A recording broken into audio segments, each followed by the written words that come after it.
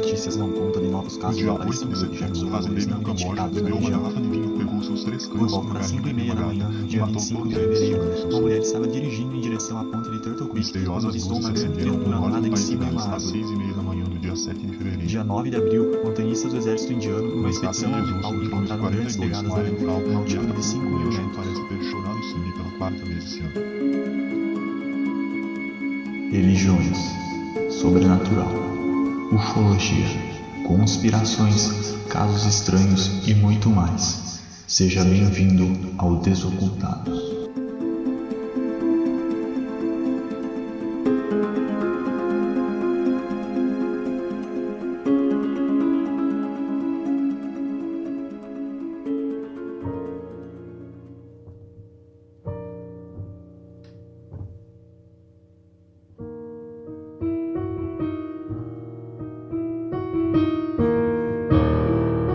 Olá, ouvintes do Desocultados, sejam bem-vindos a mais um episódio do nosso podcast.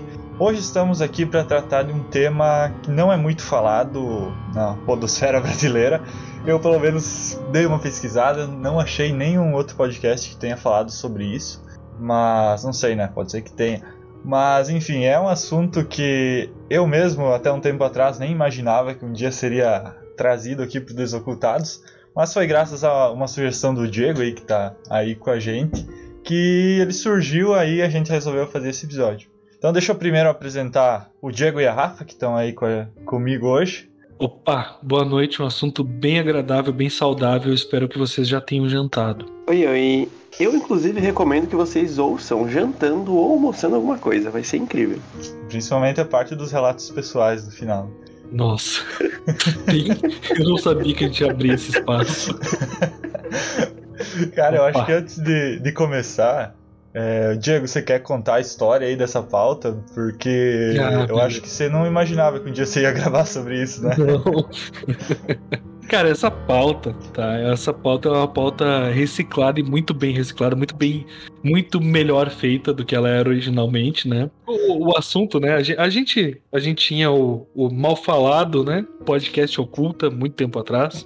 E aí, um dos últimos episódios que a gente se propôs a gravar antes do falecimento do podcast foi sobre canibalismo. E aí, eu chamei a ajuda da Ju, psicóloga, que já participou algumas vezes do Mundo Freak, né?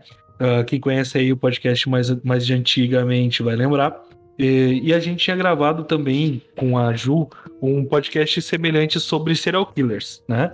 Aí ficou aquela coisa assim, foi com a Ju no Plataforma Cast, também finado, do saudoso Nissin, que sumiu da podosfera, um ótimo editor aí pra quem quiser. E aí eu fiquei na cabeça, vamos gravar sobre canibalismo. E aí eu comecei uma pauta, e aí o podcast deu uma treta absurda lá, enfim, no futuro, quem sabe eu conte. E aí a gente nunca gravou.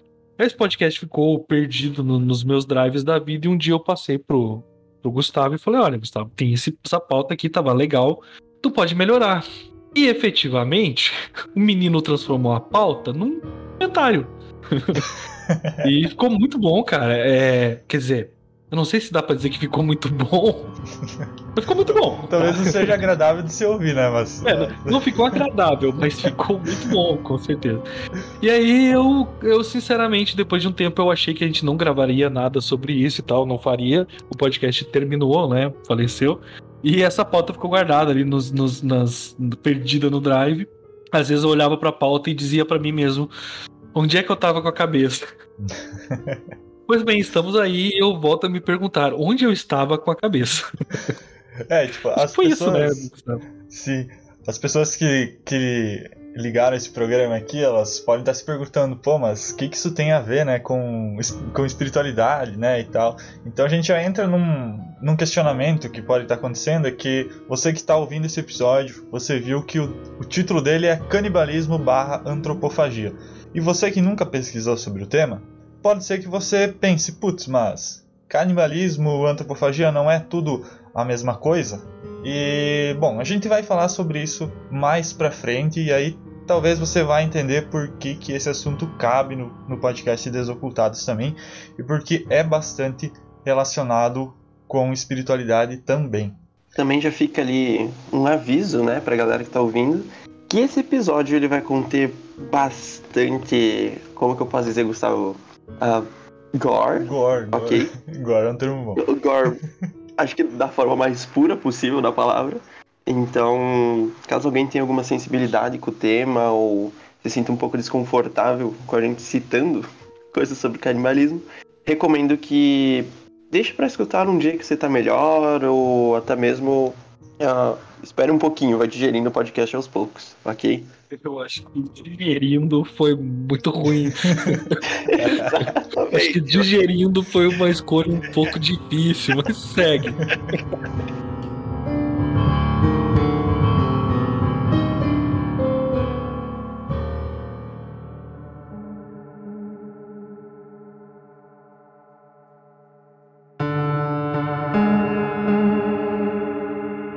Tá, vamos, antes de tudo, definir o que é o canibalismo, né?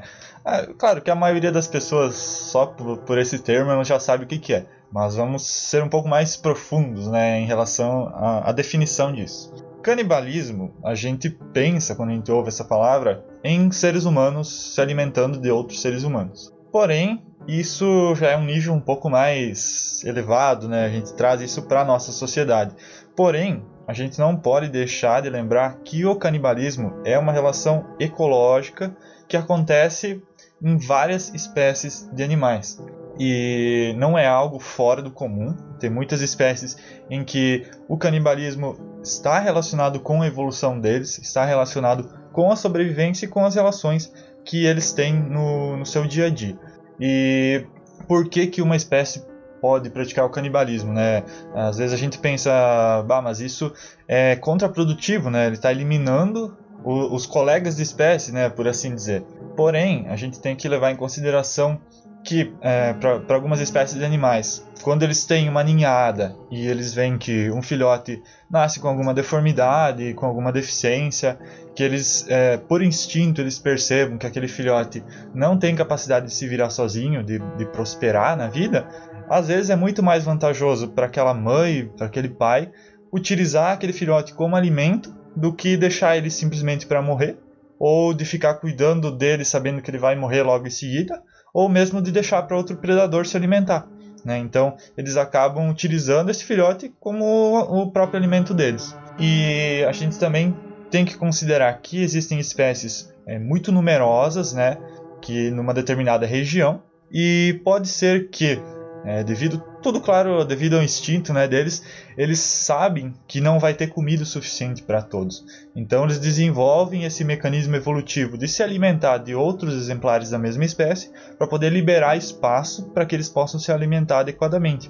Se deixarem todos aqueles indivíduos daquela espécie sobreviverem, eles vão acabar recorrendo a um canibalismo no futuro porque simplesmente não vai ter alimento.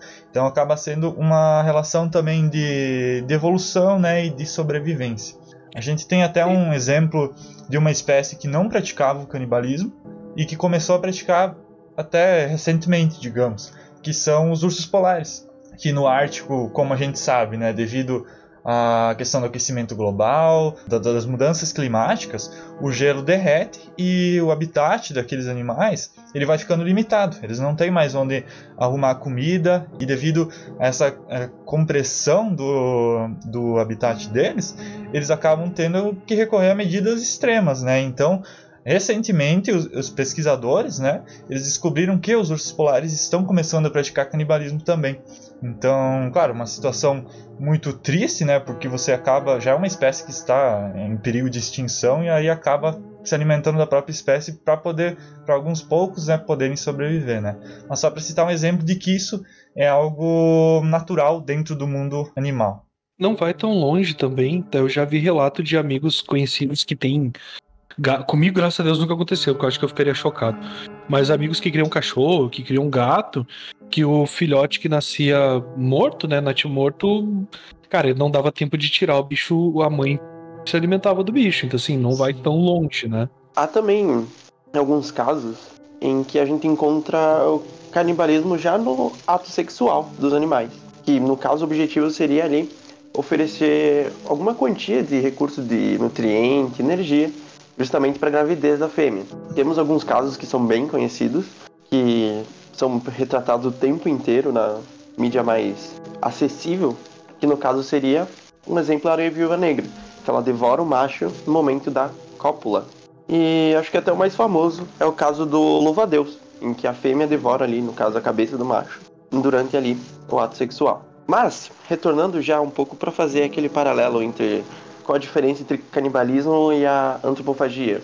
No caso, quando o canibalismo ele ocorre entre seres humanos, essa prática a gente denomina justamente de antropofagia. Mas esse caso vai ser apenas quando esse consumo ele tem um objetivo ritualístico ou até mesmo cultural. E quando não tem esse objetivo de, por exemplo, matar a fome só, sabe? Então, esse é um dos termos mais utilizados no âmbito social da coisa, no estudo social mesmo. O próprio termo canibalismo, ele teve uma origem da observação na prática desses seres humanos de ficarem literalmente se comendo entre si, ok? Esse episódio aqui eu vou jogar muita palavra meio errada, mas lidem com isso. Mais precisamente, esse termo veio justamente dos espanhóis, na época do descobrimento da América, em que eles observavam as tribos dos povos originários caribenhos se alimentando de indivíduos da própria espécie. E esses povos que acabavam cometendo a antropofagia, eles se autodenominavam Cariba ou Caribal. E foi a partir desse termo, ok, que evoluiu para Caríbeles, depois Caníbales. E provavelmente foi só um erro que os espanhóis entenderam errado, ou eles escreviam um R que parecia um N e gerou uma certa confusão ali na hora de processar o termo. Mas sobreviveu até hoje assim, né? Então a gente nem questiona muito. Uma das coisas que foi desculpa, né, justificativa para os colonizadores para justificar essa necessidade de tomar território, de controlar nativos, civilizar, né, os indígenas, foi justamente a presença do canibalismo. Tinha-se, entre as várias desculpas, né, e é uma desculpa que não muda, a gente pode ver aí grandes nações mantendo essas desculpas de civilizar povos, democratizar povos acontecendo até hoje, né, não é uma coisa nova. Usou-se essa questão dos atos de antropofagia e canibalismo como uma desculpa para civilizar esses nativos, né. Porém, sempre interessante lembrar que os próprios europeus, durante a Idade Média, a Renascença, praticavam um tipo de canibalismo, né, que era o consumo do corpo dos seus mortos, né, utilizando sangue e tecidos humanos para tratar doenças. Não era raro o comércio de múmias egípcias também para suprir essa necessidade. Tudo com a desculpa de que não tinha problemas, né, que o objetivo era medicinal. O Egito teve até dificuldade de lidar com a demanda alta de múmias e charlatões que falsificavam múmias utilizando qualquer corpo, né, que eles encontravam para fazer isso.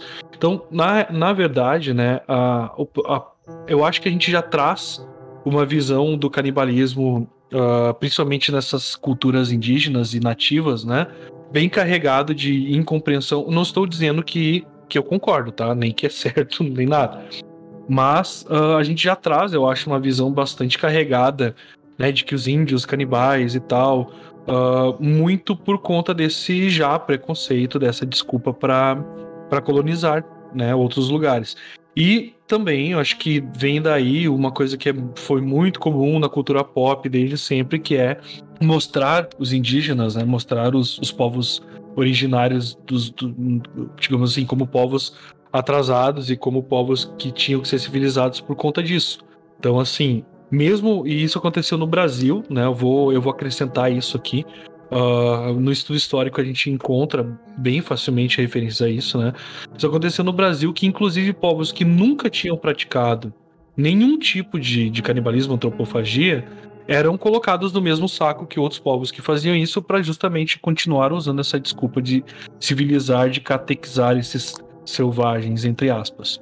Sim, até depois a gente vai comentar mais especificamente sobre povos que realmente praticavam canibalismo, antropofagia aqui na região que hoje é o Brasil, né? Mais pra frente a gente vai falar de cada um deles. E assim, apesar do Diego ter trazido isso da relação do canibalismo já acontecendo na Europa, na Idade Média, na verdade os primeiros registros de canibalismo, eles existem além dos povos nativos da América, que era bastante comum por aqui, essa prática ela já ocorria entre seres humanos desde o Paleolítico, né? Atualmente, os pesquisadores eles já partem mais para uma hipótese de que o canibalismo ancestral, né, esse que veio antes dessa era do descobrimento ali que surgiu, né, ele era cultural e integrava rituais comumente realizados entre grupos da época. Há também os que acreditam que ele não tinha caráter religioso, mas sim um caráter mais social, como se ele fosse usado, né, você se alimentasse de outros povos, né, de um povo inimigo, de um agrupamento humano inimigo, simplesmente para mostrar a superioridade territorial. E então eles deixavam os ossos, os corpos, né, os restos dos corpos à mostra, para justamente mostrar essa superioridade e intimidar esses outros povos, né. E essa prática ela persistiu, né, muita gente não sabe disso, mas ela persistiu até tempos modernos em algumas regiões da África, da Melanésia, da Nova Guiné, Austrália, Nova Zelândia, Polinésia, Sumatra e também na América. Em alguns locais foi preservado simplesmente como forma de alimentação, né, um negócio mais voltado à sobrevivência, e em alguns outros locais foi preservado no sentido ritual, antropofágico da coisa. E apesar dessas práticas hoje em dia elas serem provadas e documentadas, não só como forma de alimentação, mas da parte ritualística também, em 1979, um antropólogo, o nome dele era William Ahrens, ele publicou um livro levantando a ideia de que o canibalismo ritualístico era somente um mito, sabe? Então ele basicamente argumentou que como não existiam umas evidências válidas de canibalismo como um ritual, essa ideia era simplesmente algo levantado por colonizadores para barbarizar e demonizar os povos nativos locais, que, no caso, na época, eles justamente gostariam de conquistar. Acho bom citar também que esse livro ele era meio que repleto de alguns argumentos falaciosos, mas a ideia do Ahrens, querendo ou não, ela irritou tanto os antropólogos da época que, a partir daquele ponto, os critérios para o estudo da antropofagia eles se tornaram ainda mais rígidos. E provavelmente é graças a isso que hoje a gente tem evidência mais sólida sobre a existência dessas práticas. Na verdade, o William Ahrens, quando ele publicou o livro, ele meio que, resumindo assim, né, a maior falácia dele no livro, né? Eu não li o livro, né? Eu dei uma pesquisada sobre pessoas que fizeram aquelas resenhas acadêmicas, né, do livro, e ele basicamente falou que ele procurou evidências de canibalismo / antropofagia, ele não achou, então logo ele concluiu que não existia, né? Só que, claro, que na época que ele escreveu o livro, os métodos de pesquisa eram muito mais escassos e limitados do que são hoje, né? Mas hoje a gente sabe que naquela época já existiam alguns registros que eram válidos, né, de povos que realmente praticavam isso na antiguidade ou na contemporaneidade daquela época. Mas é justificável esse ponto que ele levantou. Como o Diego mencionou, é uma situação que é usada até hoje, né, não só na forma de canibalismo, mas diversas outras justificativas de coisas bárbaras, entre aspas, que são feitas por um povo simplesmente como justificativa de conquista, né? Então esse argumento que ele levantou era válido. Porém ele foi um pouco agressivo ao concluir, né, que não existia, né, e que tudo era um mito. Mas foi importante, claro, né, apesar de ele estar errado no final das contas, ter feito esse questionamento foi muito importante para o campo da antropologia, né, para que eles finalmente levassem mais a sério essa pesquisa sobre o canibalismo. E hoje, né, atualmente, o canibalismo ele conseguiu praticamente ser suprimido na sociedade humana, né? A gente ainda tem pequenos grupos isolados, né, de tribos indígenas que ainda realizam práticas desse tipo, né, em alguns locais bem isolados. E, claro, ainda pode ser justificado no sentido de sobrevivência, né? E a gente não tem mais casos, né, que se sabe de povos que matam outros povos para se alimentar deles. O que a gente tem ainda são práticas de endocanibalismo. A gente vai falar um pouco mais sobre isso depois, porque existe o endocanibalismo e o exocanibalismo, né? Mas o que eles fazem é se alimentar geralmente de pessoas da própria tribo, aldeia ali que faleceram, né? E eles se alimentam dos restos dessas pessoas. Então eles não vão matar outras pessoas, né, de fora para se alimentar delas. Não é algo bélico, né? E entre nós, né, civilizados entre aspas, o que fica, né, de herança desse canibalismo são principalmente crimes que ocasionalmente acontecem, que envolvem esse elemento, né, da pessoa assassinando outra e se alimentando do corpo inteiro ou de partes dele, né? E algumas lendas urbanas, né, relacionadas a pessoas que praticavam isso de forma oculta dentro da sociedade, né, cometendo crimes sem nunca serem pegas e coisas do tipo, né? Mas algo que atingiu esse caráter de mito dentro dessa sociedade mais urbana que a gente vive. Uma coisa também que dá para acrescentar antes de ir para as causas, né, que geralmente levavam ao canibalismo nesses povos, é que, se eu não me engano, tá, eu posso estar falando bobagem, tá, mas eu acho que não, porque eu vi isso recentemente, li em algum lugar. Estou justamente procurando aqui o raio da referência, eu vou encontrar durante o programa aqui, a gravação. Mas se eu não me engano, tá, tem alguns povos que comem as cinzas dos seus mortos hoje ainda, com mingau, tá, num rito de passagem. E isso também pode ser considerado canibalismo, né? Sim. Então, se eu não me engano, tem agora um povo, eu vou tentar localizar até o final do programa, eu vou achar, né? Só que eu tô com medo de pesquisar povo que come os mortos com mingau, né? No Google. Mas enfim. Mas tem sim um povo que ainda pratica, e que eles, se eu não me engano, eles receberam, entre aspas, uma autorização para continuar com esse costume, porque é uma questão tradicional deles, né? E teoricamente não faria mal a ninguém, né? Mas indo para as causas do canibalismo, a gente tem a sobrevivência, que situações em que o único jeito de sobreviver é comendo companheiro de espécie. No caso de animais, ou alguém da família ou amigo, no caso de um ser humano. Pessoas que ficam isolados por algum motivo, por um acidente, um naufrágio, ou mesmo sem comida no meio do mar, são situações que levam a essas medidas extremas. E geralmente, né, sobra para o mais fraco ou o cara que está doente virar comida. Aqui eu vou fazer um acréscimo de cultura pop triste, mas interessante, né? Tem aquele filme do pessoal que era um time de rugby, se eu não me engano, que o avião caiu no alto de uma montanha, e eles começaram comendo pedaços de couro do avião, dos cintos e dos bancos, e acabaram tendo que comer um dos amigos lá, enfim, né? E imagina o trauma que essas pessoas vão carregar pro resto da vida. Uma outra coisa também que dá para acrescentar aqui é que uma das lendas mais conhecidas da América do Norte, do Canadá, se não me engano, que é o Índigo, né? Surge justamente por conta dessa questão do canibalismo, né? O Índigo justamente é uma entidade que surge quando uma pessoa acaba comendo a outra, independente do motivo. Eu não sei se você já tinha ouvido falar, mas só para fazer um acréscimo aqui de folclore. Outro motivo é comportamental, pessoas que sentem desejo de comer outros seres humanos de forma gastronômica, por possuírem transtornos de personalidade, desvio de caráter, perversão. Alguns casos famosos de serial killers que tinham esse modus operandi canibal, como Richard Chase, que é o vampiro de Sacramento. E, cara, se vocês forem pesquisar literatura sobre serial killers, vocês vão achar várias outras casos, né? Vários outros casos. O autocanibalismo, que biologicamente pode ser chamado de autofagia, e que significa o consumo do próprio corpo. Em nível celular, isso acontece o tempo todo no nosso corpo e serve como uma espécie de mecanismo de regeneração. Porém, alguns indivíduos manifestam esses desvios comportamentais que levam a uma autofagia não muito saudável. Nossa, acabei de descobrir que eu faço isso. Roer unha, morder a pele, comer cabelo, etc. Situações que muitas vezes são causadas por estresse, ansiedade e outros sentimentos que são mais difíceis de lidar, né? Esses exemplos que citamos, eles parecem inofensivos, mas tem indivíduos que levam isso ao extremo, né? Causando aí sérias lesões assim, no próprio corpo.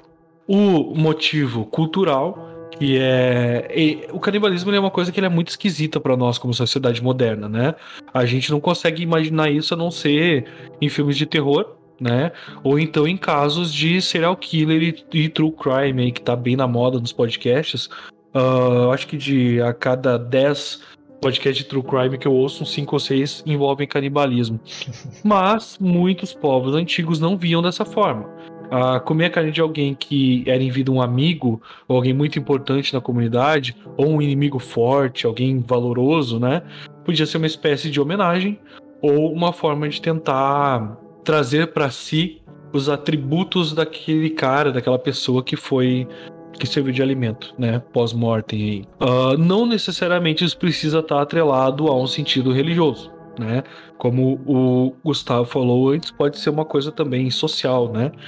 O motivo religioso, né? Que já entramos no que seria considerado antropofagia, que é quando há um motivo ritualístico por trás do canibalismo. Antes da gente falar sobre isso efetivamente, né, que vai ser o tema principal do episódio daqui para frente, a gente vai fazer algumas distinções entre os tipos de canibalismo, que podem ou não aí configurar a antropofagia. Isso, que é justamente aquilo que eu tinha falado antes, né? A diferença entre endocanibalismo e exocanibalismo. Então, o endocanibalismo, eu já dei um spoiler antes de como que ele funciona, né? E até se você tem um conhecimento mínimo aí sobre etimologia, você já entendeu, né, qual que é a diferença entre ambos. Mas o endocanibalismo, ele significa você se alimentar de um ser humano do mesmo grupo social que você. Ou seja, alguém da sua própria família, algum amigo seu, alguém do seu convívio, ou alguém ali da sua própria tribo, aldeia, comunidade. Para a gente citar um exemplo, né, de um povo que fazia isso, a gente tem os Yanomamis, que são povos originários aqui da América do Sul, né, da região norte do Brasil, que eles preservam até hoje esse costume. E talvez seja esse povo que o Diego estava querendo se referir antes. Eu não sei se for um povo originário, pode ser que seja esse. Acabei de descobrir, acabei de achar aqui, tem algumas referências. Uma delas é na Super, outra é no Terras Indígenas do Brasil, e tem mais várias outras referências que acabei de encontrar aqui, né? E um dos povos que pratica isso são os Yanomami, né? E em forma de respeitar e homenagear os seus mortos ilustres em casamento, em ritual e tal, eles sim usam ainda em algum, né, não todos, né? Mas alguns grupos ainda fazem esse consumo das cinzas com mingau de milho ou mingau de banana. Então ainda acontece, inclusive no Brasil, mas é assim, não dá, é canibalismo, né? Mas tem todo um outro viés, né? Que é o viés de respeito e tal. Eles não comem o corpo inteiro da pessoa, eles tipo pegam uma porção da cinza ali e misturam com a comida deles. Sim, e tem também os Waris, né? Eu não sei se pronuncia Waris ou Vares, não sei exatamente qual que é a pronúncia, né? Mas enfim, também são um povo aqui da região da América do Sul, né? Também do norte do Brasil. Eles cessaram essa prática, mas não porque eles quiseram, mas porque eles foram civilizados, entre aspas, né? Então houve um extermínio muito grande do povo deles e aí já não tem mais condições de praticar isso, né? Simplesmente porque o número de indivíduos, né, já não vive mais da forma que viviam naquela época, né? Mas até 1960 eles praticavam o canibalismo, esse endocanibalismo, né? E é importante a gente sempre ressaltar, né, que essa prática ela não tem sentido gastronômico. Eles não comiam os mortos porque tinha gosto bom, eles não comiam os mortos porque era alguma espécie de perversão deles, mas sim uma forma que eles entendiam de lidar com o luto daquela pessoa, né, daquele familiar que tinha morrido, de uma pessoa importante na tribo, né, às vezes o líder da tribo tinha morrido, e para poder adotar as características dele, né, a sabedoria dele, ou simplesmente como forma de respeito, eles faziam esse consumo, né? O canibalismo funerário, como também é chamado. Porém, nem sempre o endocanibalismo ele tem esse teor antropofágico religioso. Ele pode simplesmente ser uma prática de nível cultural. A gente tem alguns povos da África, como os Junkun, que na sociedade deles, quando um chefe tribal ele efetivamente se torna chefe, ele tem que comer o coração do antigo chefe para poder consolidar a sua posição de liderança entre o povo. Então não é um ritual religioso nem nada do tipo, é simplesmente a forma que ele tem é um ritual de passagem mesmo, para ele poder se autodenominar o líder daquela tribo. É importante deixar bem claro, tá, que isso é um momento de muita tristeza, principalmente quando a gente fala em relação aos Yanomamis, né, e de muito luto, de às vezes até desespero, assim, de quem está envolvido, né, e que é a forma como eles encontraram de lidar com o luto deles. Então, acho que a gente está passando por um momento que eu sempre digo isso, né, pra gente não temer, não demonizar e não criar preconceito sobre a cultura de outrem, né, é bom que a gente entenda mais profundamente essa cultura antes de sair criando, né, opiniões sobre. Então, assim, não é uma festa, não é uma coisa maravilhosa, linda, onde as pessoas vão lá se banquetear. É uma forma de lidar com o luto. É uma forma de lidar com essa coisa inevitável, que é a morte, e que todos nós sofremos. né? Então, não julguem pessoas. Vamos, eu vou colocar esse aviso, né? Essa indicação aqui. Antes de vocês formarem essas opiniões baseados no que vocês ouvem e inclusive no que nós estamos falando, eu sempre indico que procurem estudar sobre os assuntos, né? Este aqui é um desses assuntos, tá? Para nós que não estamos vivendo essa realidade destes povos, quem sabe seja muito fácil julgar e achar que isso é uma coisa horrorosa, uma coisa, né, desumana, uma coisa selvagem. Gente, pesquisem sobre, para vocês entenderem e não deixarem esse tipo de ideia entrar na cabeça de vocês, porque esse tipo de ideia gera preconceito. Isso tem uma coisa que a gente tem que combater, é preconceito, tá? Eu só queria fazer essa aplicação aqui no meio da tua fala, tá? É isso mesmo, só pra gente acabar não gerando tipo, sabe, indígenas comem gente, não é bem assim, tá? É canibalismo, mas não é bem assim, tá? Também não estou defendendo, tá? Só estou propondo o estudo antes da gente criar opiniões. Sim, até é um dos objetivos do episódio, né? É mostrar essa cultura de uma forma um pouco mais detalhada, justamente para evitar que se tenha esse pensamento instantâneo ali de que seja algo monstruoso, né? Que não é isso. Retornando mais justamente à questão teórica do assunto, o Gustavo tinha acabado de falar sobre o endocanibalismo, que é quando ocorre a questão do canibalismo mesmo dentro do grupo de pessoas que o ser humano está inserido. Por exemplo, aí, nos rituais mais fúnebres. Agora, a gente vai entrar mais na questão do exocanibalismo, que vai ser justamente o contrário do endo. Por quê? Quando as pessoas elas são consumidas fora do contexto social do grupo do consumidor. Por exemplo, temos também um tipo de forma de exocanibalismo que seria o canibalismo bélico, que vai ser quando ocorre o consumo de inimigos, justamente após uma vitória entre um conflito ou coisas do tipo entre duas tribos, onde a vitória acontece pelos vitoriosos que acabam consumindo essas pessoas que acabaram perdendo o conflito ou até mesmo guerras já envolvendo. Um exemplo de povo que realizava esse tipo de prática são os tupinambás, aqui do litoral do nosso Brasil, olha só. E o objetivo da tribo era comer os derrotados em guerras e conflitos, justamente para absorver as estratégias e os poderes de combate, assim se tornando mais forte do que eles. É como se fosse, claro, fazendo uma comparação aqui meio absurda, mas é como se você fosse jogar um RPG em que você mata lá o chefe final ou algumas sequências de mobs e daí você adquire certa experiência com isso, sabe? Você adquire certos itens e certas habilidades que vão se desbloqueando. Então, era mais ou menos assim, fazendo uma comparação mais atual, digamos assim. Às vezes, a tribo toda fazia uma festa e consumia essa carne, mas também temos casos em que só o guerreiro responsável pela captura ou pela morte é o que tinha o direito de comer a carne. A gente também pode considerar que algumas dessas situações também tinham o objetivo de só aterrorizar os inimigos, beleza? Então, esse aqui acho que é o que ficou mais comum da gente conhecer. Principalmente, eu lembro das minhas aulas de história do ensino médio, em que esse era o mais citado, o tipo de canibalismo mais citado. Justamente porque acredito que teve toda essa parte da colonização e tudo mais, e esse foi o tipo de canibalismo que acabou se tornando mais famoso.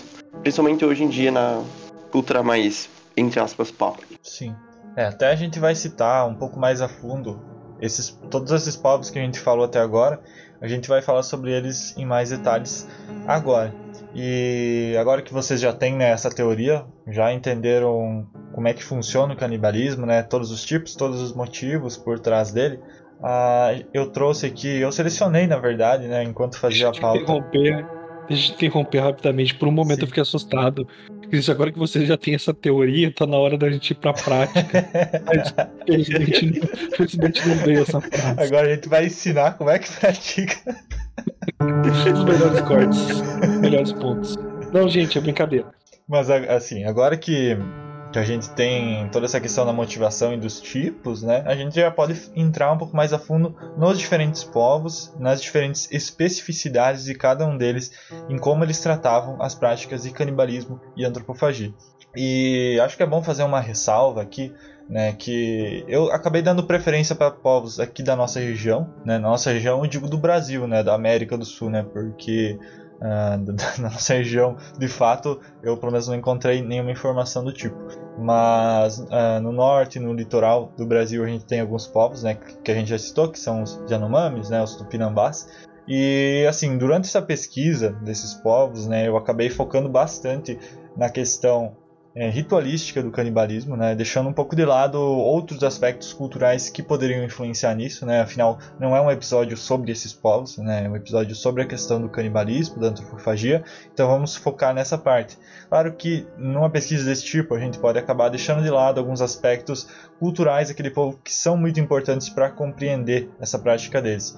Então eu espero realmente que não soe ofensivo da nossa parte o modo como a gente vai tratar, né, a gente vai fazer o possível para tratar de forma respeitosa todos esses rituais, né, que eles tinham, né, e espero que sirva também de estímulo, né, para as pessoas pesquisarem mais, que existem muitas informações interessantes sobre esses povos, né, que infelizmente muita coisa se perdeu por causa de toda a questão da colonização e desse processo de civilização, né, que ocorreu com eles.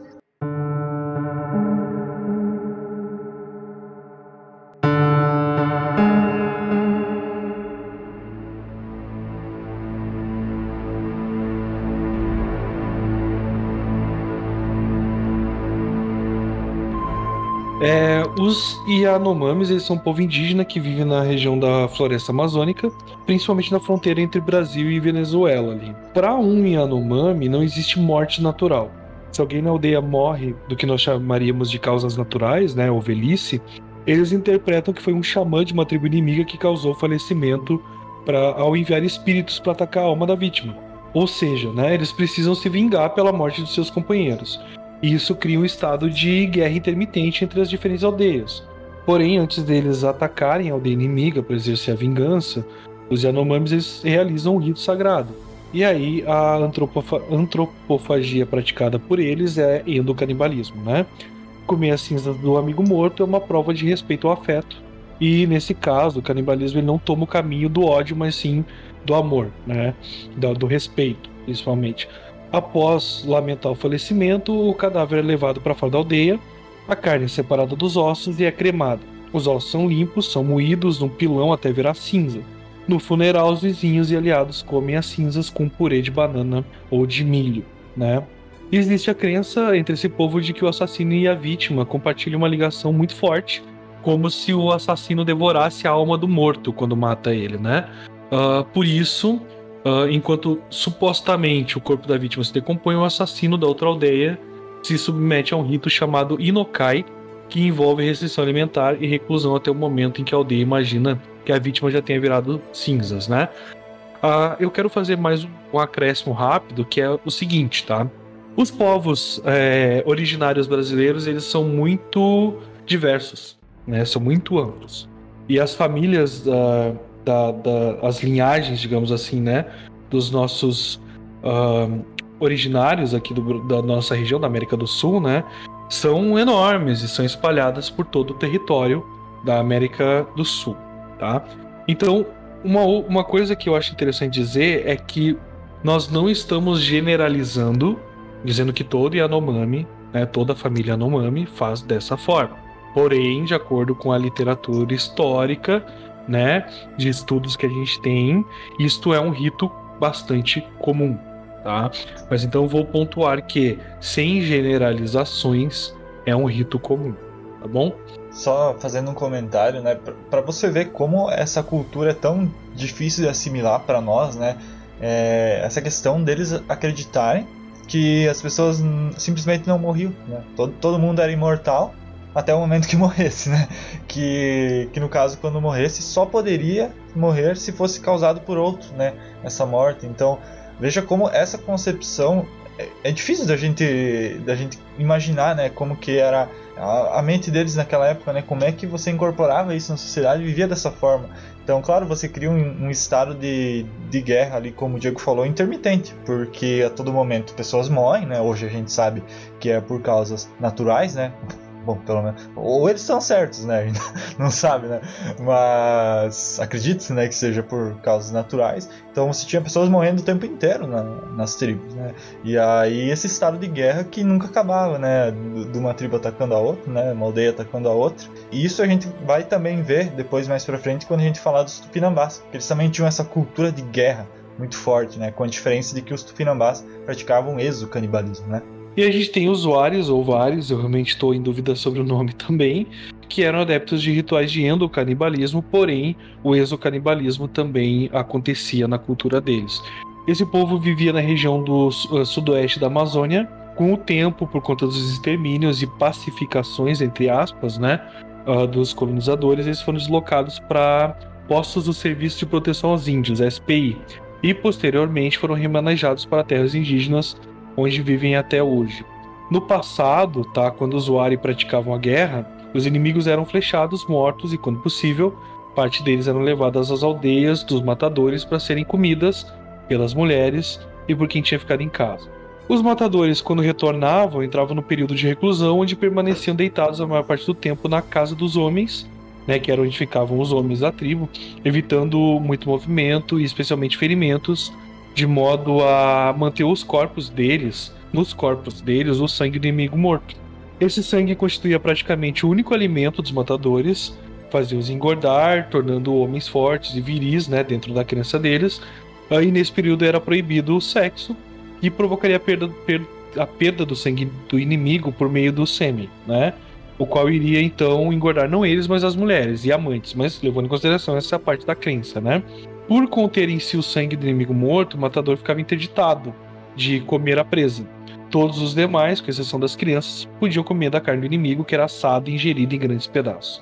Depois desse período de reclusão, o espírito do inimigo morto permanecia associado ao matador, acompanhando por toda parte e comendo a sua comida.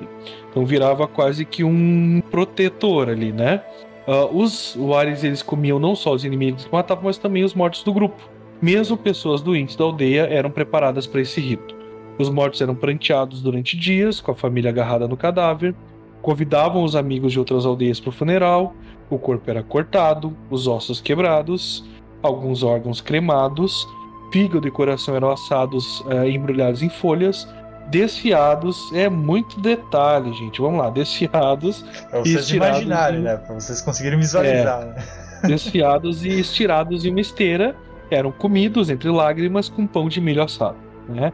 Quase sempre o corpo já estava se deteriorando neste momento. Depois do funeral, eles queimavam todos os pertences do morto, incluindo a casa, as roças, né? E esse luto, quando era de alguém do grupo, né, podia durar mesmo anos.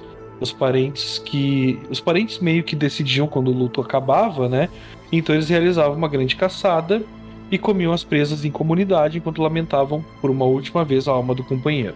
Depois se realizava uma grande festa com cantos e danças e, claro, como era de se esperar, esse ritual todo se perdeu conforme estes indígenas foram passando pelo processo de pacificação e hoje eles só enterram os mortos após um luto de 2 ou 3 dias.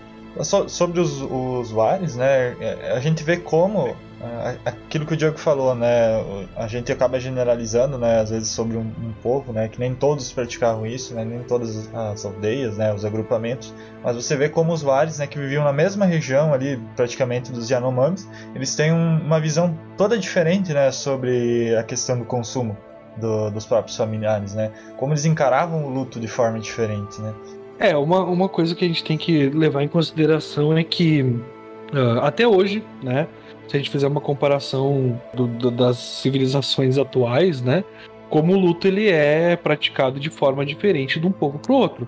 Eu vou falar, por exemplo, do México, né, que os caras veem a morte como um momento de passagem e fazem aquelas festas, né, super coloridas, super alegres, né, por assim dizer, e para encarar o luto de uma forma totalmente diferente da nossa aqui, e diferente, por exemplo, do pessoal mais oriental, Então, assim, imagina que tinham tantos povos na nossa região, né?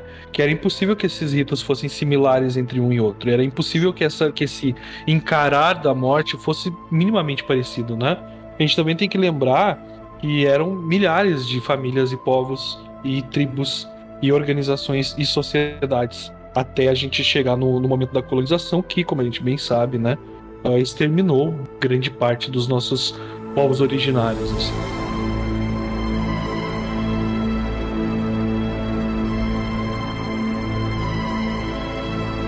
Partindo para um outro continente agora, né, para a gente poder trazer exemplos de povos que estão praticamente do outro lado do mundo, eu trouxe também o exemplo dos forés da Papua Nova Guiné, né, que hoje é Papua Nova Guiné.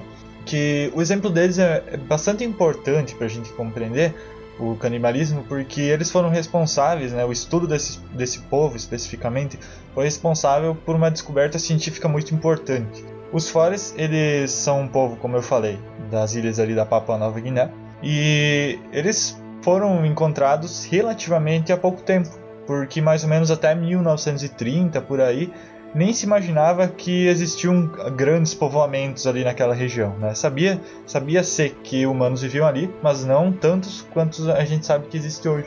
E conforme foram feitas explorações, né, principalmente de europeus naquela ilha, os pesquisadores eles acabaram entrando em contato com os forés, né? E logo ali no começo desse processo de conhecimento desses povos, eles acabaram descobrindo que eles estavam passando por uma epidemia muito grave. Os próprios forés eles chamavam essa doença de curu, que no idioma deles significa algo como tremedeira, né? E os sintomas dessa doença era que primeiro a pessoa ela desmaiava assim do nada, e com o tempo ela ia perdendo a capacidade de andar, e até que chegava um ponto que ela perdia totalmente o controle de seus membros e por fim ficava no estado vegetativo e muitas vezes acabava falecendo. Então os forés eles tinham conhecimento de que isso era uma doença generalizada, né, que estava assolando o povo deles, e alguns vilarejos chegaram a perder quase todas as suas mulheres e crianças por causa da doença. E ali, quando os pesquisadores chegaram, né, eles já perceberam que existia uma coisa de curiosa ali, porque eram só mulheres e crianças que estavam padecendo por essa doença, né? Claro, existia casos entre homens também, mas eram mais raros. E o que os forés diziam? Eles acreditavam que era alguma feitiçaria que estava acontecendo, que era o feiticeiro de um agrupamento atacando o outro, né, e coisas do tipo. E os pesquisadores, eles não demoraram muito para descobrir que os forés tinham uma prática de endocanibalismo, né? Eles comiam os próprios familiares, né, no momento de luto, e eles conseguiram relacionar isso com a doença que eles chamavam de curu, né, e que depois ela foi chamada, né, e é conhecida até hoje na medicina como doença de Creutzfeldt-Jakob, né? E o que acontecia? Os forés, quando um ente querido ele morria, eles cozinhavam a carne e consumiam ela, né? Da mesma forma que os indígenas aqui do Brasil, né? Era um ato de amor, de luto, né? E aí o que acontece? Justamente as mulheres e crianças, elas ficavam com a parte do cérebro da pessoa que tinha falecido. E quando os pesquisadores viram isso, não foi muito difícil fazer essa correlação, né? Então foram estendidas as pesquisas sobre esse assunto e descobriu-se que esse hábito de se alimentar de cérebros dos mortos, ele causava alteração numa proteína cerebral chamada prion, que ela se tornava infecciosa a partir do momento que ela era modificada, né, por esse consumo do cérebro, e ela começava a infectar outras moléculas do corpo. E aí isso desencadeava todos aqueles sintomas que eu falei, né, até a pessoa acabar falecendo, né, ou ficando num estado vegetativo. E aí, quando os pesquisadores conseguiram descobrir mais sobre essa doença, né, e começaram a tratar ela e conscientizar os forés de que era esse consumo do cérebro que estava causando ela, a epidemia foi passando aos poucos, né? Mas ela só foi se encerrar ali pelos anos 50, quando o próprio governo da Papua Nova Guiné ele acabou proibindo essa prática, né, justamente para interromper de vez essa epidemia. Porém, a gente tem casos desse curu, né, que eles chamavam, acontecendo até anos recentes. Porque o que acontece? Esses prions malignos, eles sobrevivem por meio de transmissão genética.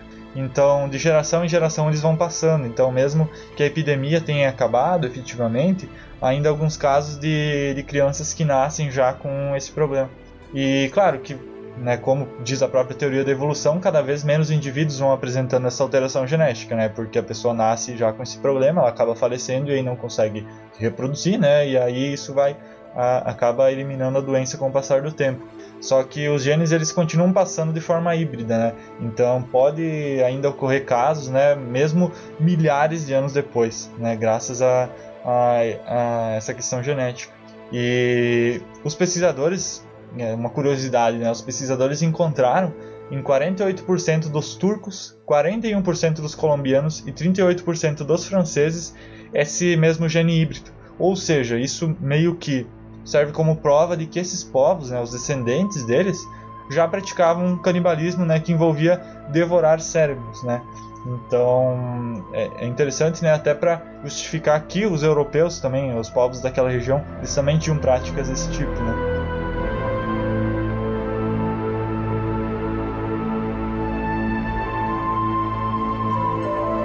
Retornando agora mais para região aqui do Brasil mesmo, a gente vai poder encontrar justamente o povo Tupinambá, que eles eram um dos povos originários que eles habitavam a região da costa brasileira, ali entre o Ceará e mais ou menos até São Paulo.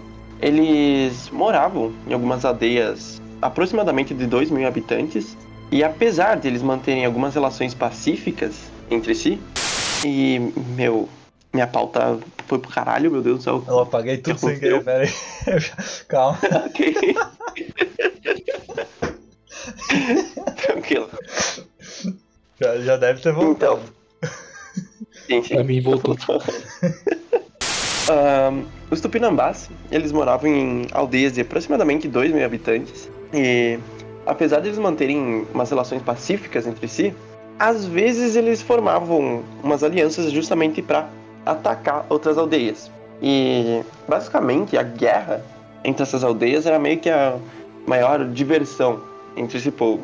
Não somente de uma percepção europeia, mas também foi a conclusão que alguns antropólogos chegaram depois de estudarem justamente a cultura desse povo. Só que a gente tem que levar em conta que o conceito de guerra para os Tupinambás é totalmente diferente do nosso conceito de guerra. Por quê? Para eles, a guerra não era algo para exterminar e conquistar território, mas era justamente para tornar um grupo mais forte ao se apropriar das qualidades dos oponentes. Você deve estar se perguntando, tá, como assim? Nesse caso, vai ser um pouco diferente dos outros indígenas brasileiros que a gente citou até aqui. Olha só, os Tupinambás eles tinham um rito mais brutal, ok? Já que ele se trata de um exocanibalismo, justamente com o consumo de pessoas de outras aldeias, de outros grupos sociais. Depois de eles vencerem um grupo inimigo, eles acabavam devorando os mortos no próprio campo de batalha, e os que sobreviviam, eles eram capturados e levados até a aldeia para que o ritual antropofágico deles pudesse ser compartilhado pelas mulheres e pelas crianças. Esse ritual, apesar disso, ele não tinha nenhum caráter religioso, era simplesmente cultural, sabe? A partir do momento em que eles devoravam a carne do inimigo, eles eram capazes de justamente absorver as forças, a energia, a inteligência e todas as qualidades, basicamente, da pessoa que eles estavam em guerra. De certa forma, como era uma questão mais cultural, a própria vítima, ela era meio que honrada, e o assassino também, ao fazer essas práticas. Se eu não me engano, tem até um...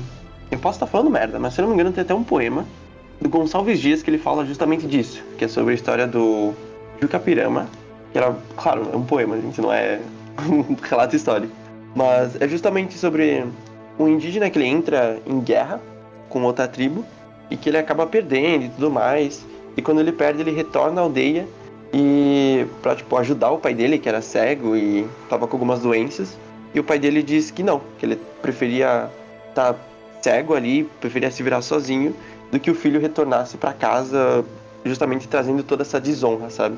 Então, por mais absurdo que possa soar pra gente, essa questão de ser exocanibalismo era visto até como uma forma honrosa de se morrer. Gostei dessa referência aí. Cara, pior que no ensino médio, esse poema a gente viu bastante. A gente chegou a tratar, acho que, por uns 2 meses inteiros sobre esse poema. Claro que é uma releitura bem livre, sabe? Então a gente não pode dizer que chega a ser algo histórico, mas dá pra fazer uma comparação justamente com o poema aí, com esse povo Tupinambá. Mas também acontecem alguns relatos no qual o guerreiro, que era o vencedor, ele escolhia um cativo e ele levava para casa dele. E deixava ele lá por meses, até oferecendo uma irmã, uma filha, um parente próximo, para que ele tivesse como esposa. E apenas depois de algum tempo, alguns meses, ele finalmente devorava o cara. Então, o banquete, ele geralmente se dava na frente de multidões de pessoas que ficavam ali ao redor. E para essa pessoa que tinha sido capturada, ela tinha meio que como se fosse um último desejo, sabe? Uma última mensagem antes de morrer. E nesse caso ele era tido como um protesto, em que ele podia atirar pedra nos espectadores, xingar, fazer o escambau. E como se fosse realmente uma última prova de coragem daquele guerreiro que tinha sido capturado. Depois que acontecia a execução desse guerreiro, eles aproveitavam o corpo inteiro do cara. Então ele era esquartejado para ser dividido, depois ele era assado no fogo enquanto as outras pessoas iam bebendo o sangue dele. Diversas pessoas ali da tribo, elas festejavam com o ritual, elas aproveitavam, se sentiam felizes com isso, menos o Carrasco, que era o cara que se retirava e ficava em jejum, e ele adotava um novo nome. Justamente, quanto mais nomes um Tupinambá tinha, mais inimigos ele tinha batido. Então, era justamente ali, meio que uma questão de status social mesmo na tribo. É importante ressaltar aqui, também, nesse caso dos Tupinambás, a gente pode notar uma leve cultura de vingança neles. Como assim? Olha só, como eles tinham esse ato de exo-canibalismo, a geração X da aldeia 1, por exemplo, ela vendia a geração X da aldeia 2 e comia grande parte de seus membros ali. Anos depois, conforme o tempo ia se passando, a geração Y da aldeia 2 se vingava da aldeia 1 e acabava consumindo ali os seus membros. Então, ficava nesse lance. Eu tô aqui, sei lá, por exemplo, em Santa Catarina, o Diego tá lá no Rio Grande do Sul, eu vou lá, consumo as pessoas do Rio Grande do Sul, e daí os filhos do Diego vêm pra Santa Catarina depois de bons anos, e daí consomem as minhas pessoas. Vai ter no mínimo uma boa gastrite. Realmente, é questão de justamente essa culturazinha de vingança, sabe?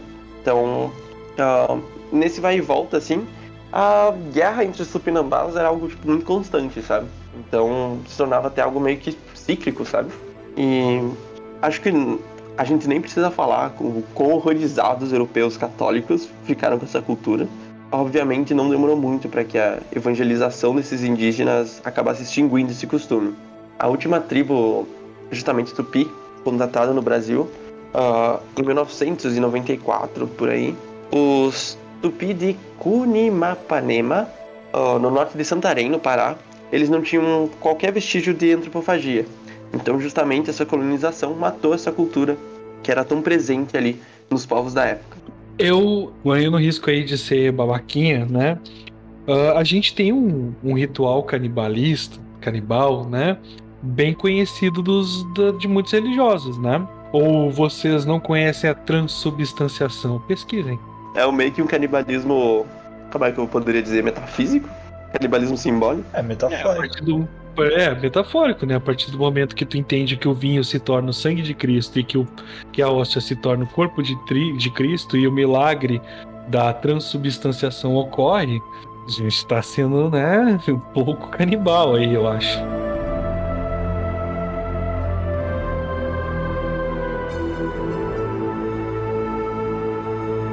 E até para trazer um exemplo de outro povo aqui da América, mas não necessariamente da região aqui do Brasil, né, da América do Sul, a gente tem os astecas. E é uma questão um pouco controversa, porque até hoje a gente não tem provas concretas de que os astecas, que são aquele povo, né, caso você nunca tenha ouvido falar, que vivia na região ali da América Central, né, mais ou menos onde hoje é o México, né, e se esses povos realmente praticavam o canibalismo.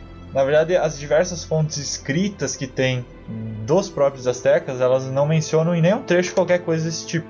Porém, os europeus, eles escrevem o tempo todo que os astecas faziam isso, que eles faziam os sacrifícios humanos, né, e que consumiam a carne das pessoas, né, em rituais religiosos. Se a gente considerar que o relato dos europeus é verdadeiro, os rituais canibais eles eram meio que um complemento do ritual do sacrifício humano.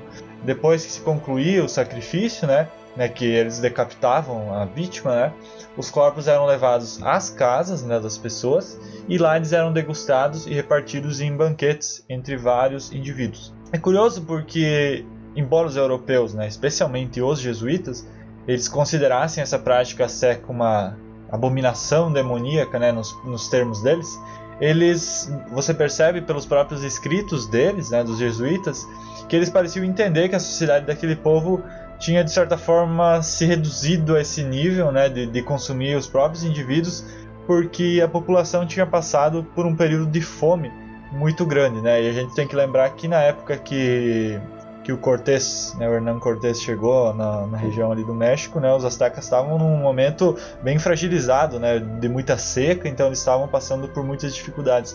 E houve esse entendimento de que talvez, por causa justamente da fome que eles estavam passando, eles tenham recorrido a isso, né. Mas assim, é tudo muito incerto porque você tem fontes contraditórias, né, e aquela questão do europeu querer justificar a conquista dele, né. Então é um pouco difícil da gente afirmar as coisas em relação a isso. E você olha, né, que da mesma forma que os sacrifícios humanos, né, que os astecas faziam, fomentavam a ideia de uma cosmologia predadora, né, ou seja, os deuses, segundo os astecas, né, na visão deles, eles necessitavam de sangue e de partes humanas dilaceradas para poder se saciar. E se eles não tivessem isso, eles não agradariam os humanos, eles não dariam bênçãos, eles não dariam colheitas, né, e coisas do tipo. E aí você coloca aquela situação onde eles estavam passando por muita dificuldade naquela época, né, e eles podem ter aumentado a taxa disso, a taxa de sacrifícios, a taxa de rituais canibais, justamente para tentar agradar os deuses, para que eles mandassem aquele período fértil para eles como eles tinham antigamente. Pode ter havido essa interpretação por parte dos astecas, né, e esse desespero e esse aumento dessas práticas.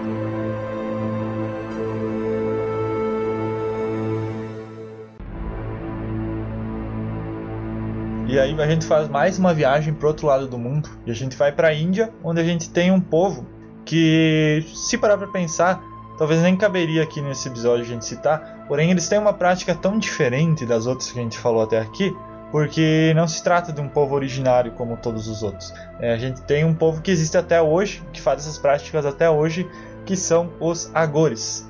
Para quem não conhece, pode estar dando uma pesquisada e já vai ter uma noção de mais ou menos como que é a vida desse tipo de praticante.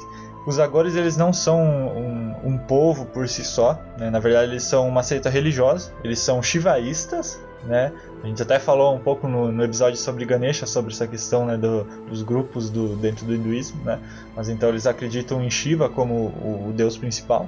Porém, os agores especificamente são um grupo bastante heterodoxo dentro do próprio shivaísmo, e até todos os hindus, assim, no geral, eles têm uma espécie de aversão em relação aos agores, porque assim, eles são ascetas, né? Ou seja, eles não vivem em grupo, eles vivem geralmente sozinhos, apesar de que alguns agores, como eles acabam frequentando locais em comum, eles acabam ficando meio juntos, mas não é um negócio estabelecido, não é um grupo, uma comunidade ou algo assim. E por que as práticas deles são tão mal vistas dentro da sociedade hindu? Porque eles vivem, convivem, dormem, comem e transam entre os cadáveres, né? Eles ficam naqueles locais onde o pessoal joga os corpos, né, crematórios e coisas do tipo, e eles vivem naquele meio ali, é o dia a dia deles. Eles geralmente ficam nus o tempo todo.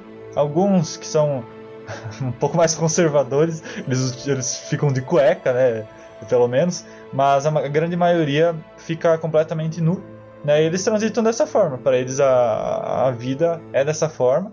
Eles vão comer, claro que eles acabam comendo alimentos comuns, né, também, porém, quando eles têm oportunidade, eles comem carne humana, né, ali dos próprios cadáveres que eles vivem ali no meio. Eles comem as fezes, tanto deles como de outras pessoas que eles encontram. A bebida deles vai ser em crânios, né? Eles coletam crânios de pessoas ali nesses crematórios, extraem o crânio e usam como taça, né? E fumam maconha também, né? Entre outras substâncias.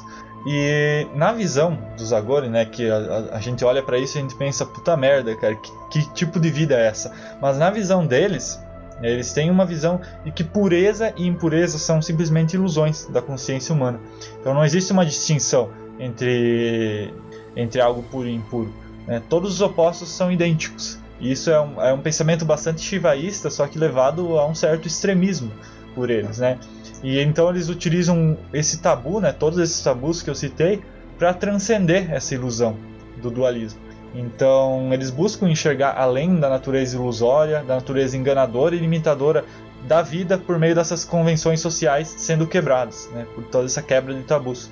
E por meio dessa visão não dualista do mundo, os Aghores eles acabam desafiando as morais e os valores comuns e buscam através disso a própria iluminação espiritual e a união com Brahman, né, que é o todo, né, o próprio universo. Então, são métodos de iluminação, né? Quem somos nós para questionar? Pelo que eu tava dando uma olhada assim a respeito dos Aghores, né? Aghores, eles têm justamente essa visão de transcender quebrando o tabu de forma extrema, né? Não tem como fazer juízo de valor sobre isso, eu acho, cara. Não tem como a gente julgar, né? Para nós é bastante estranho, eu diria até que para muitos de nós é grotesco. É um estranhamento comum, acho que é bem compreensível. Até para os próprios hindus, né, que convivem, né, eles são bastante evitados justamente, mesmo ali das pessoas que veem eles diariamente ali, elas... Né, é difícil se acostumar com esse tipo de visão, né, realmente. Sim. Uma coisa interessante de pontuar é que, pelo que eu estava dando uma lida, né, existem poucos, né? Nesses festivais que eles fazem, que a cada 12 anos eles fazem um festival, vai muita gente que nem é considerada ou que nem pratica, né? Vai muito pela curiosidade, alguns vestidos a caráter, né? Tem muitas aspas, mas que mesmo praticantes aqui, pelo que eu tava vendo, são bem poucos catalogados, assim. Não é nenhuma coisa comum, na verdade. Sim.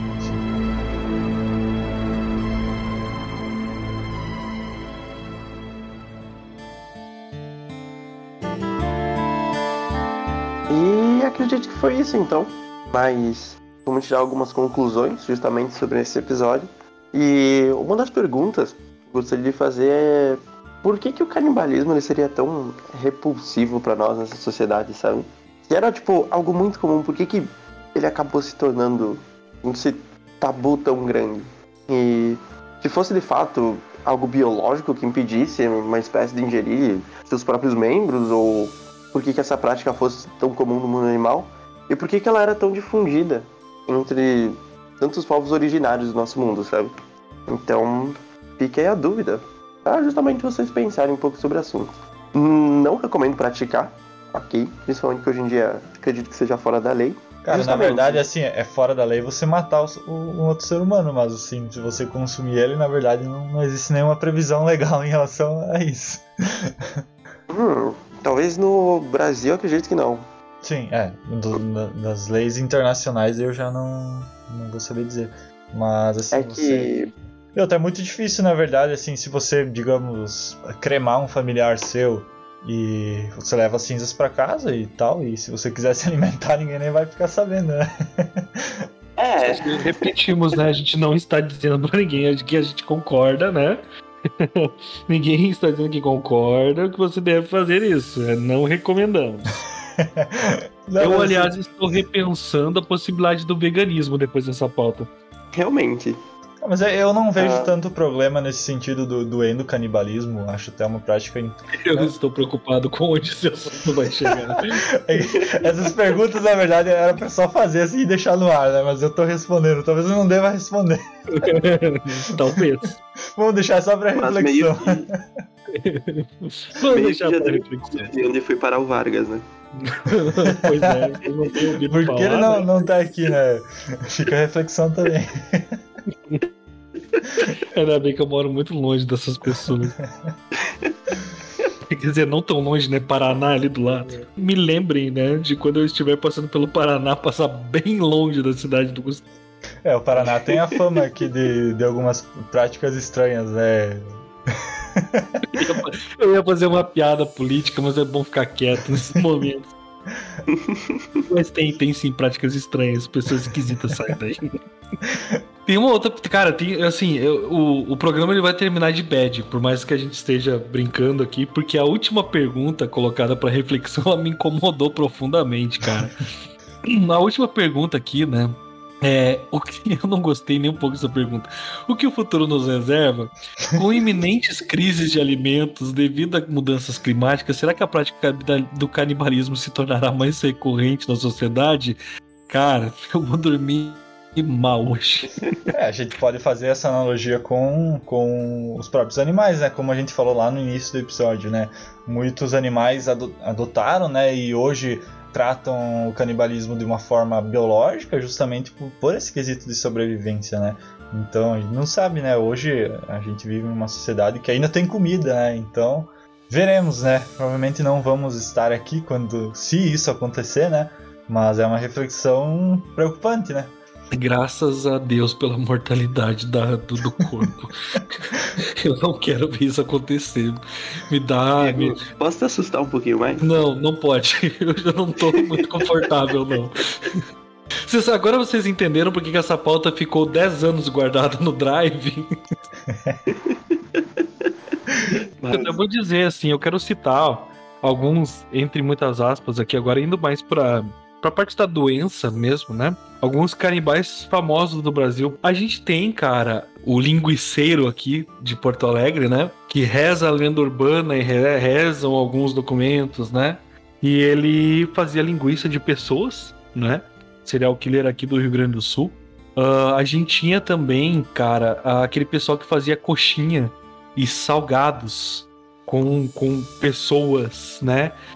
Canibais de Garanhuns, tá?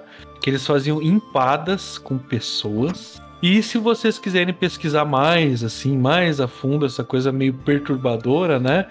No Brasil, cara, tem vários casos de pessoas que comiam gente, tá? Tem também um caso, se eu não me engano, na Serra do Rio de Janeiro, que eram 2 irmãos que comiam pessoas. Eu escutei recentemente num Cena do Crime, eu acho. Eu gosto muito de True Crime, né? Acompanho bastante podcast. E, cara, nesses podcasts de True Crime, como eu falei mais cedo, né? Aparece muito caso de canibalismo. Então, assim, é uma coisa perturbadora, assustadora, mas que está aí e acontece até hoje, né? Eu nem trouxe esses casos assim, né? Nem achei que seria se enquadraria, né, dentro do podcast, porque aí já se tratam, né, de casos que são patológicos, né, cara, da pessoa, que às vezes nem é ela que tá consumindo, né, carne, ela tá simplesmente o prazer de ver outra pessoa sem saber consumindo uma carne humana, né? É um nível bem diferente, né? E aí vamos deixar os podcasts de True Crime darem os detalhes, né? Mas aí já fica também essa indicação aí pra quem quiser. Cena do Crime é muito bom, gente. Gosto muito do podcast da menina. Um tempo atrás, eu tinha visto um vídeo no YouTube sobre um jornalista que eu lembro que ele viajou, ele saiu do país dele pra ir justamente provar um pedaço da perna dele, pra ver qual que era o gosto, sabe? Pelo que eu tô vendo aqui, o nome do jornalista era Greg Foot, e ele foi justamente num laboratório médico pra justamente retirar um pedaço da... Nossa senhora, meu Deus, eu tô vendo o vídeo aqui, não esperava por isso ser tão gráfico. Mas ele tirou um pedacinho, tipo, bem pequeno da perna dele, só um tubinho mesmo que foi inserido e retirado, justamente, só pra fazer esse experimento de como que a carne humana, qual que era o gosto de carne humana. Se quiser, eu mando o vídeo, um pouco perturbador. Não, essa eu deixo. Quem tiver interesse, procura. Não vou deixar isso aí no link, não. Mas, pelo visto aqui, um dos comentários que ele fez foi: o cheiro é muito bom. Realmente tem gosto de carne. E ele disse também que era um sabor mais forte, um sabor mais rico do que porco e galinha. Pelo menos ele teve o bom senso de utilizar o próprio corpo, né, cara? Mas esse assunto... Gente, vamos encerrar. Esse assunto tá seguindo por um caminho um pouco esquisito, né? Que a Polícia Federal é só curiosidade mórbida, tá? Vamos lá. Vamos encerrar, gente. Acho que ficou algumas reflexões aí pra vocês no final, né? Pra todo mundo que tá ouvindo. Muito. Ótimo, eu diria. E a gente espera que essa discussão sobre esse assunto, que é um grande tabu, né? Como a gente pode ver, principalmente essa questão de como ele era tratado por povos originários, né? Tenha trazido um pouco para mais perto essa cultura deles, né? Como que eles enxergavam o mundo e por que eles praticavam dessa forma, né? Que não era uma monstruosidade como às vezes é retratada na ficção ou mesmo em próprios registros históricos dos europeus, né? Quando eles chegaram aqui. Então, acho que o intuito principal desse episódio era mostrar isso, sabe? Humanizar um pouco esses povos originários, que muitas vezes existe um processo de preconceito muito forte contra eles na sociedade e muitas vezes é causado justamente por esse desconhecimento da própria cultura deles, que é o que a gente tenta trazer também no Desocultados, né? Sendo assim, recomendamos que caso você esteja chegando no podcast por esse episódio, ouça os demais episódios, né? Confira aí os nossos outros temas, né, que a gente tratou. Deixe aí seu comentário se a gente falou alguma besteira, que esse é um episódio que existe uma probabilidade muito grande de a gente ter falado bosta, então avise a gente, né? A gente sempre gosta de saber, de receber as críticas, pra gente poder melhorar, claro. Também deixe aí seu comentário se você gostou, o que você achou do episódio, pra gente ter um feedback, saber se vocês estão gostando. E no mais, eu agradeço por todos que aguentaram esse papo aqui, que por vezes pode ficar um pouco perturbador. E agradeço a todos que acompanham o podcast Desocultados. E até uma próxima. Obrigado por terem ouvido, por estarem até aqui, por aturarem, como diz o Gustavo, essa conversa. E parem de roer unha, gente. Valeu. Tchau, tchau, gente. E só lembrando, caso tenha um relato sobre canibalismo, por favor, não mandem. Valeu.